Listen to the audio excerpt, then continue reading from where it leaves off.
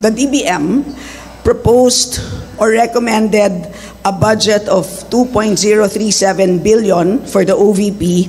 Kami naman po, ang Committee on Appropriations yesterday recommended, to be exact, 733,198 million pesos. Yesterday, the Committee on Appropriations decided to recommend a reduced budget for the Office of the Vice President, and the reduction shall be split by the DSWD AIX program and the DOH MAIFIP program. Ito po ay naging unanimous decision among the members. At lilinawin ko rin po na hindi pa ito final approval ng Congress. Ito po ay recommendation pa lang po ng Committee on Appropriations for the plenary.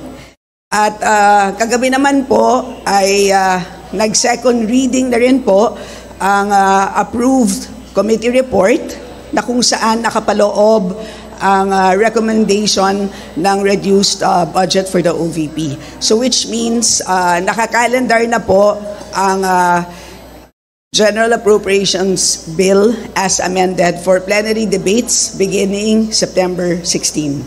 So, ang nangyari po is while the Office of the Vice President, the DBM, proposed or recommended a budget of 2.037 billion for the OVP, kami naman po, ang Committee on Appropriations yesterday recommended, to be exact, 733,198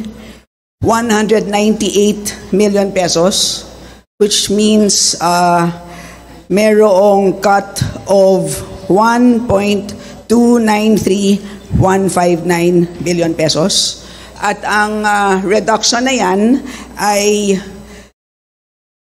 ililipat po sa dalawang ahensya, and as I had mentioned earlier, for two programs, the DSWD AIX program, which is the assistance for individuals in crisis situations, and the DOH MAIFIP, or the medical assistance for indigent and financially incapacitated patients. In other words, dalawa pong very important social protection programs ng ating gobyerno.